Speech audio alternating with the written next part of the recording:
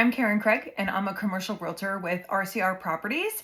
And in my past videos, we have talked a lot about finding the proper location and ensuring that you make a really good decision for your investment. So today we're going to take that a step further and we're going to discuss the due diligence period. So if you're used to residential real estate, maybe you've bought a house or two or five before, then this is pretty similar to the option period in residential real estate. But in commercial real estate, we dive much deeper and we look at a lot of different things and we go much more in depth in researching your investment. So to start, the due diligence period is really your investigative superpower. So this is the time where you get to act like Crime the McGruff dog and you get to investigate all of the properties of your potential investment.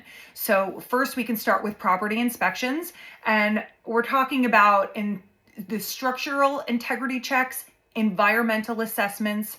If the city that you're in has zoning, then zoning inspections and evaluations. In Houston and our surrounding areas, we generally don't have zoning except for a few other areas. So you want to make sure that here we investigate variances. And at the top of my mind right now, because that's what I was doing this morning, is variances for parking. So those are pretty important, especially if you're in our downtown area or in any of our more urban areas. You just want to check and see what variances you can get to negate any parking requirements that might be there. So not to go off on a tangent, but property inspections, when you're buying any type of property, whether it be commercial or residential, are really important. So after those are done, it's time to crunch the numbers. So you're going to go into their financial statements. You're going to look at the rent rolls for the property. How much rent is it bringing in? You want to take a look at the operating expenses and then also go back a little further with the operating expenses and do some investigation to make sure that they're being properly reported on. You want to know that the building has a healthy cash flow, or at least what the cash flow is. After those are done, we want to get legally savvy here, folks.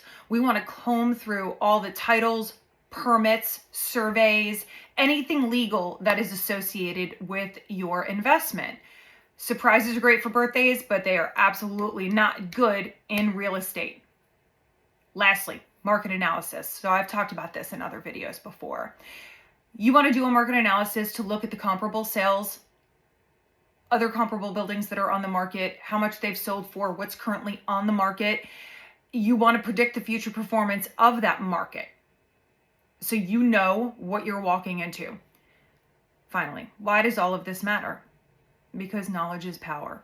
The due diligence period is your shield against unexpected results.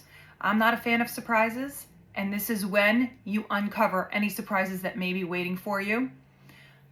Hope everybody has a great day. Again, I'm Karen Craig with RCR Properties, and I'm a commercial realtor in the Houston, Katy, Fulshear area of Texas.